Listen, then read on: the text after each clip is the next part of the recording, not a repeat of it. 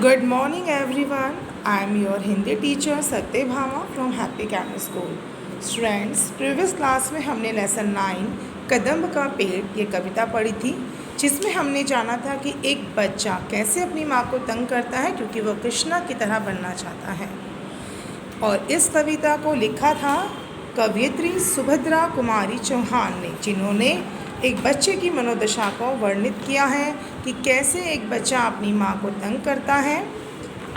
चलिए आज हम इसी चैप्टर का बुक वर्क करेंगे, जिसमें आज मैं आप सभी को काव्यांश का क्वेश्चन क्या करवाऊंगी, जिसमें हम दी गई पंक्तियों का भावार्थ स्पष्ट करेंगे।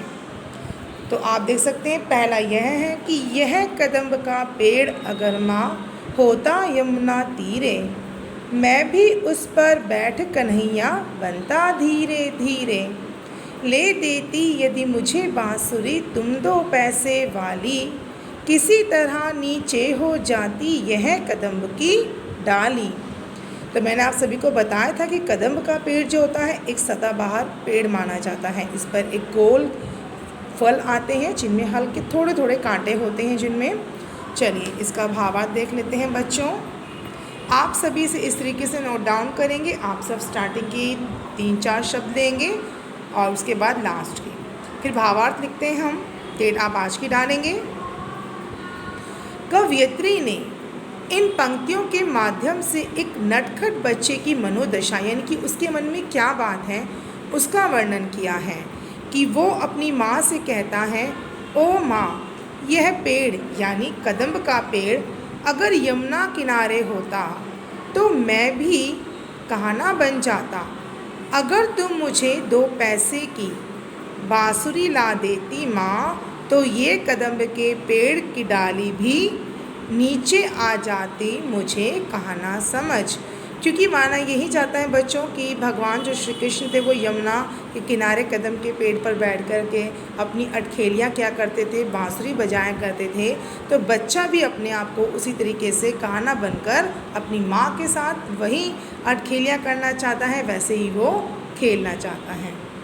चलिए नेक्स्ट है, तुम घबराकर आँख खोलती फिर खुश हो जाती, जब अपने मुन्ना राजा को गोदी में ही पाती, इसी तरह कुछ खेला करते हम तुम धीरे धीरे, माँ कदम्ब का पेड़ अगर यह होता यमुना तीरे।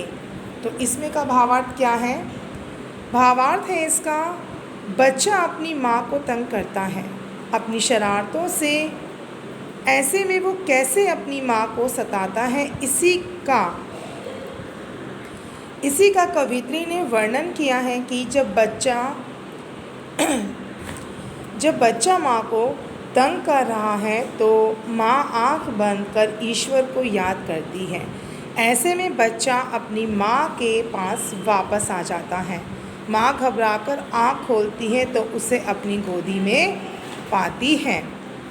बच्चा माँ से कहता है कि माँ, अगर यह कदम्ब का पेड़ यमुना किनारे होता तो मैं इसी तरह तुम्हारे साथ धीरे धीरे खेलता रहता। तो बच्चों आज की इस वीडियो में मैं आपको सिर्फ ये 2 ही व्याख्या करवाऊंगी। भावार्थ मैंने आपको करवाई है, 2 जो पंक्तियाँ था इनका भावार्थ मैंने आपको लिखवाया। आपसे बच्चों को अपनी हिंदी रीडर की नोटबुक में ये काम करना है। और क्वेश्चन नंबर जो 6 है कि इस कविता का सार अपने शब्दों में लिखिए। ये क्वेश्चन उम्मीद है आप सबने कर लिया होगा, जिन्होंने नहीं करा वो उसे कर लें, क्योंकि ये आप सभी बच्चे अपने आप करेंगे। मैंने ये पार्ट आपको एक्सप्लेन कर दिया था। बाकी का बुक वर्क हम अपने कल की ऑनलाइन क्लास में करेंगे। तो क्लास आज के लिए इतना ही। Thank you.